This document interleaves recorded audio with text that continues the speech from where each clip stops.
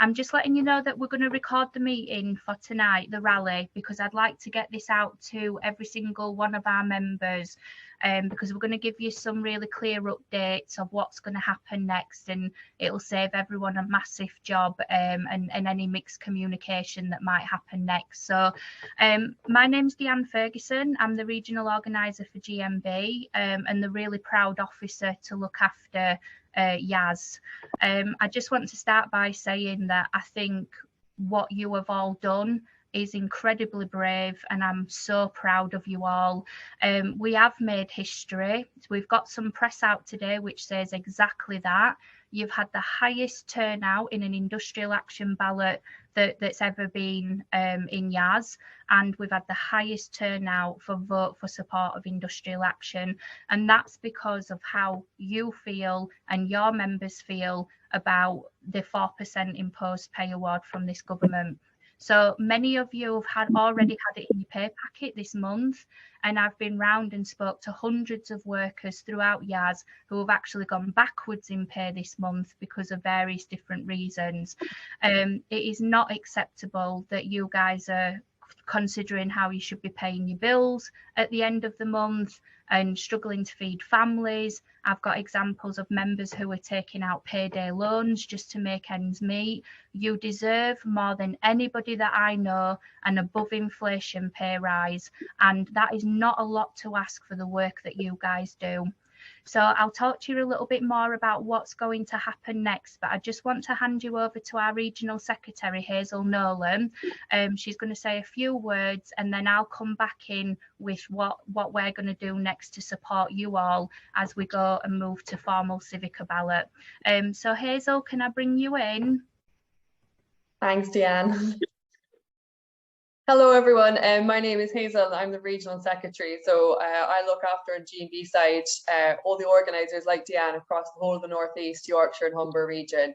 And I'm so delighted to be here today so that you can understand that the whole way through the GMB, every level of us, we're standing shoulder to shoulder with you. And what we're asking for you to do is for you to stand shoulder to shoulder with each other, because you have the power to make a difference. You don't have to accept this rubbish pay offer, and you don't have to accept your employer trying to emotionally blackmail you by telling you that it's a choice between you and the people you look after on a daily basis. Because the reality is that this NHS would not survive without you. You are the NHS. We can't have a functioning ambulance service where people are too scared or basically starving and trying to get around and do work, where people are worried about how they're making ends meet at the end of the day. The people who are not worried about making ends meet are the bankers who the government have decided to bail out instead. Goodwill will not pay your energy bills this winter. Goodwill will not put food in people's bellies this winter. And it is a disgrace that they're trying to force you to choose between the two of them. And I know how scary it can be when you are primarily doing a job because you care about people. When we took workers out on strike in Glasgow City Council, they were really worried as well about the people that they looked after.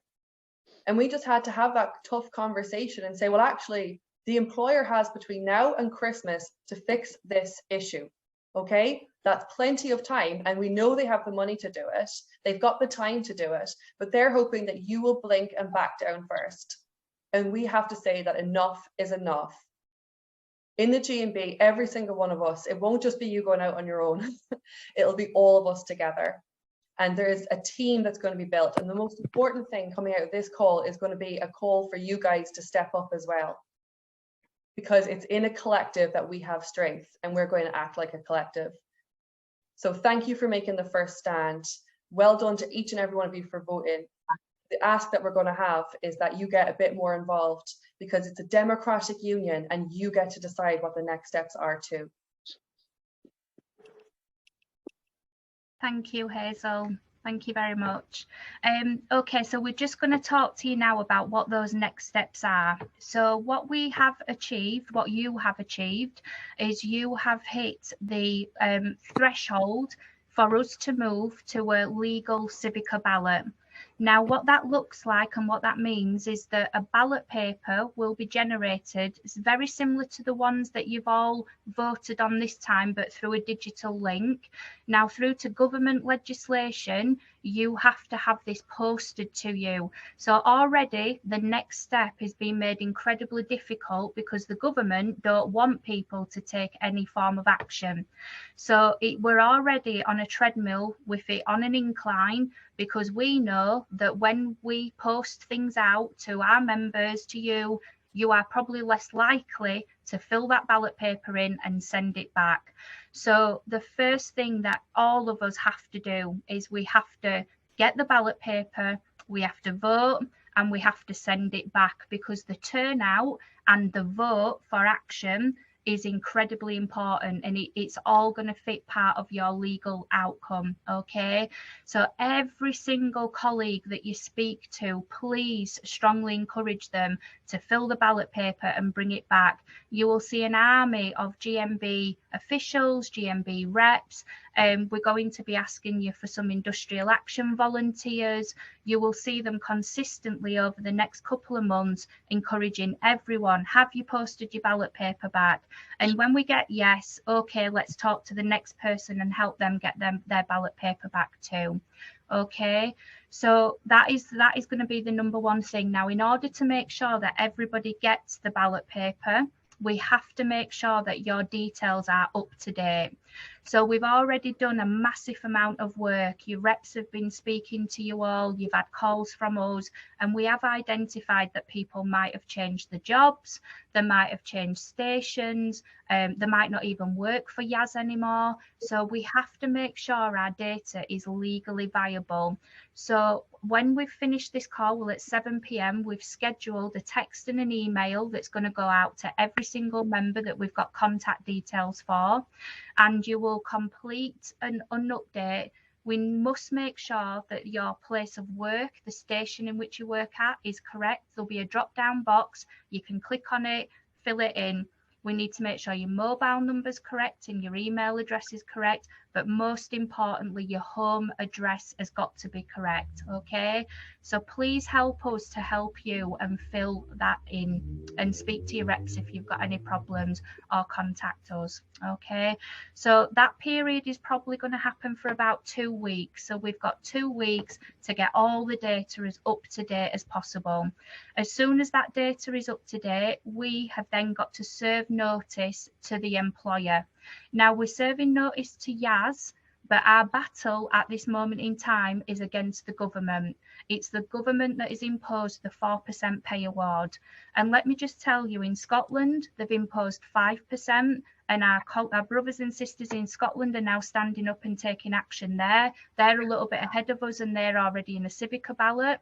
And then you've got your local government workers have been given almost 10% because they negotiate with the unions. This government and the PRB said that you were worth 4%. You're not worth 4%. You are worth a cost of living above inflation increase, because you deserve just as much as anybody else to be in a position to pay your bills and to feed your families and to come to work and do the incredible jobs that you all do, and not have to worry about all of that outside of work. Okay, so please make sure you update your details. The next question that you'll get on the email and on the text message will be, do you want to be an industrial action volunteer? Now, this is the first time that we have ever done this in this region, and it's going to be big.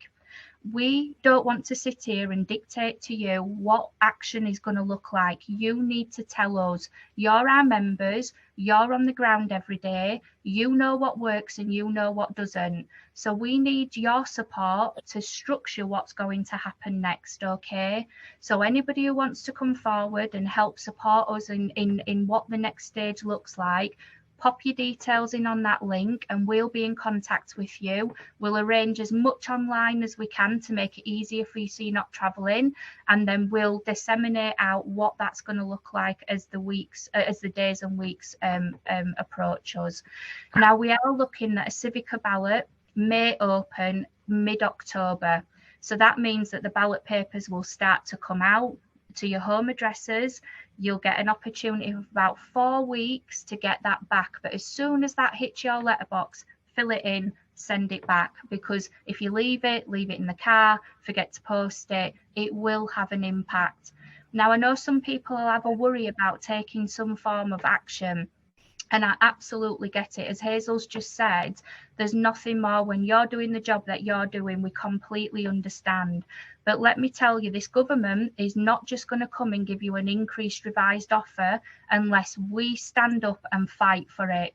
So even if you are worried about what that action will look like, please vote. Vote to take either action or action short of strike, so that gives us the mandate as an army of people to push this government into a position to give you more. And if we don't have that mandate to do it, they will continually keep coming to give you less and less each time. And you've already seen it. You've seen it happen over the years, over a decade of chronic underfunding in our NHS and your service. And it is running on goodwill from you guys. And we need to stand up now. Now, as a union in the GMB, we are the first to release our data. So our ballot closed yesterday at 12 noon, and we've hit this massive threshold. We know that YAS has also hit the threshold, and they're going to be following us in a Civica ballot. And we're hoping that other ambulance services around the country will have done the same. So you're not on your own, and I promise you're not on your own. And you're going to have every single person in this union standing shoulder to shoulder with you. So I just want to ask Des, I've seen Des has joined us, who's our regional lead in the public services. I'm just going to ask Des to come in and give a couple of words. We'll bring Craig in, who's the IT person who's made all of this happen, and then I'll let you guys get off, okay? But if anybody has got any questions while we're doing Des is speaking and Craig, please pop your questions into the chat box and I'll try and answer them before you go. Des, would you like to come in and say a few words? Yeah, can you hear me? Yeah. Hi guys, I'm just in Newcastle, so excuse me for being on my mobile phone. I hope you can hear me all right. I just wanted to put to you how immensely proud I am for taking the first step and showing this government that you are up to challenge this. I know it's going to be a scary time for people, but believe me, the strength is in the decision of the Civica ballot. If we get an amazing turnout on that ballot, and that will make them think, something has got to give. And I just want to assure you, as the public services senior organiser, I am be standing shoulder to shoulder with you. I know I've met a number of you on the visits in YAS. It's not a one-time visit for me, it's an all-time visit. And I'll be travelling around giving support wherever I can. But I am so proud you have taken the first step and you have shown your and the government that you are prepared to fight. I am sick to death of seeing people clap for you. I challenge every single one of you to go do your shopping this week, and when they ask you to pay, clap at the cashier. And if any, I'm telling you, if you get your shopping for free, let me know. Let me know, because I've never seen a single clap pay bills. And honestly, from the bottom of my heart, you've got this. You make that stand and we'll be at your side fighting and get you better terms and conditions. Best wishes, colleagues, and I am there all the way. Thanks for your time. Thank you so much, Des. Thank you. I'm just going to bring Craig in now, who's going to give you a little bit of information about the IT side of things. Craig, would you like to come in? Yeah, thanks for that. And yeah, just to kind of echo kind of what everybody said. I know most of you will have received your ballots kind of in the workplace, but some of you will have received a text from Election Buddy. I am Election Buddy, if anybody wants to put a face to the name. And just to kind of say, kind of watching that vote come in has been kind of inspiring. And the key thing going forward from a data perspective, I know we bang on about this and it sounds a little bit boring, but obviously given all the kind of the legal wrangling that we've got to do to make sure that the data is correct, We don't want to get to the point where we put all this effort and passion and energy into the ballot, and then we get challenged because someone's workplace is wrong and it gets tied up in the courts. And this has happened before. So it's not to scare you, but it's just to say making sure that those details are as up to date as possible are really important. So you're going to get an email this evening at around about 7 o'clock. You should then get a text after that. If the IT all works as seamlessly as it should do, you should just be able to complete a very quick survey. And that'll ask you what your job title is. It'll ask you what your workplace is, because I know some people have moved around. It'll ask you your postcode, your house number, and then it'll ask you some of those questions about volunteering as well. We've tried to make this quick and as seamless as possible. So if you're looking at this again, you're like, not another survey from the union. The reason why we do this is to make sure that the data is as spot on as possible, so that when those ballots drop through your letterbox, we know it's going to the right address. We also know that your job titles and all the information is correct when we then report that back to the employer at the end of this. So I know it sounds a bit boring, but a 1 minute job can save us, can save you guys a whole lot of headaches down the line. So yeah, thank you once again, and yeah, just kind of fill in those surveys when you get the option to. So thank you. Thank you, Craig.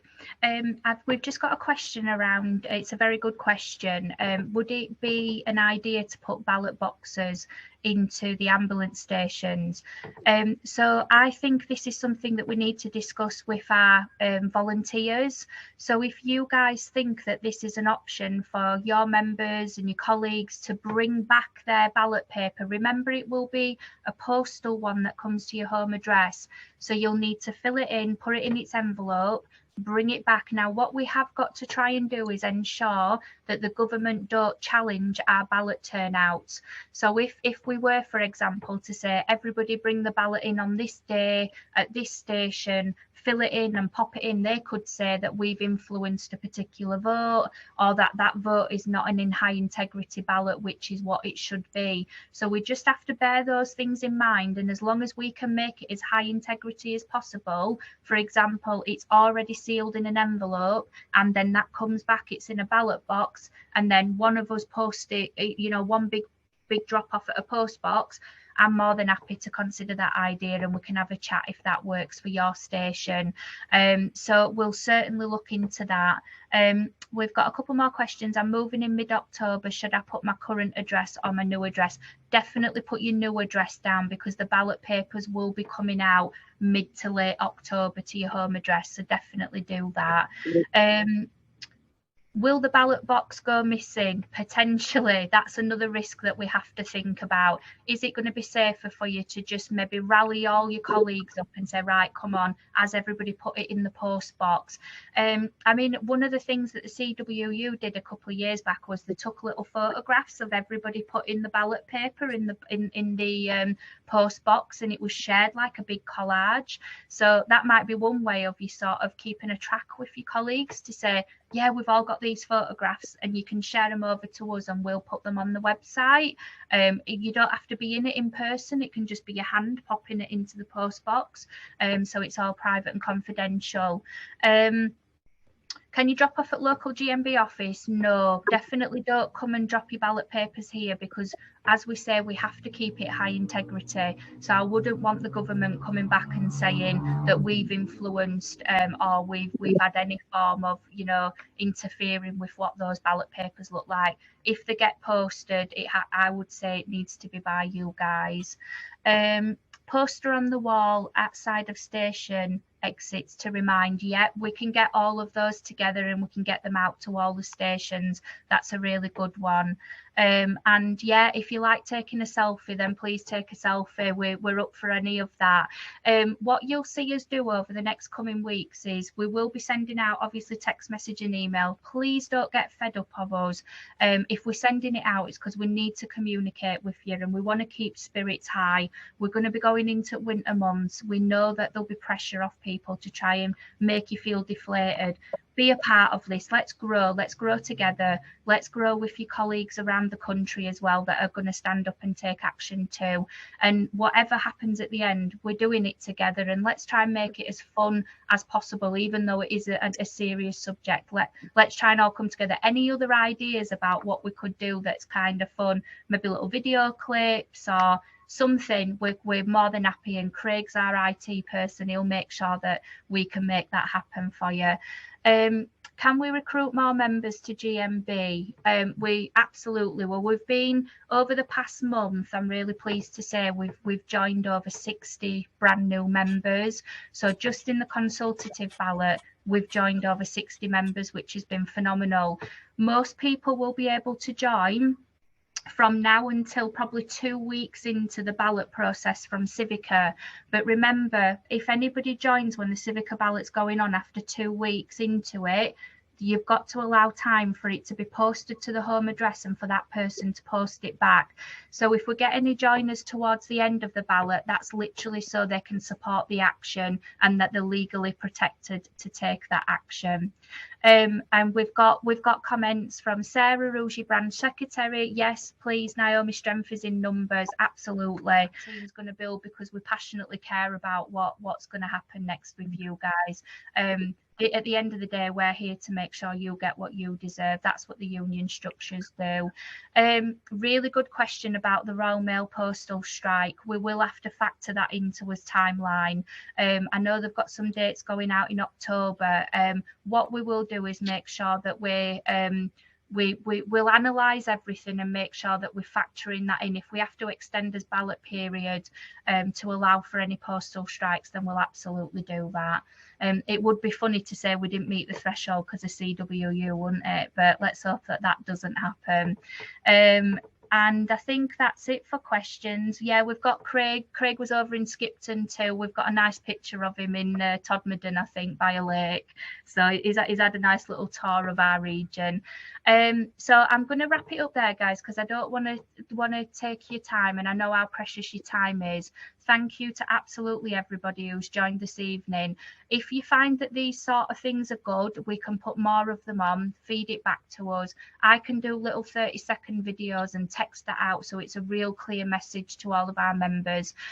We have recorded this, as I've said, so we're going to get that out to all of the members that have not been able to attend, so they've got a clear understanding of what the process is next and how we'll be supporting our colleagues going forward. But just to say a final thank you so much. I'm so incredibly proud of you all. You did this. You've stood up and you've made history, and you should be really proud. So I'm looking forward to what's going to happen next. It's going to be a battle, but we're here together to achieve it.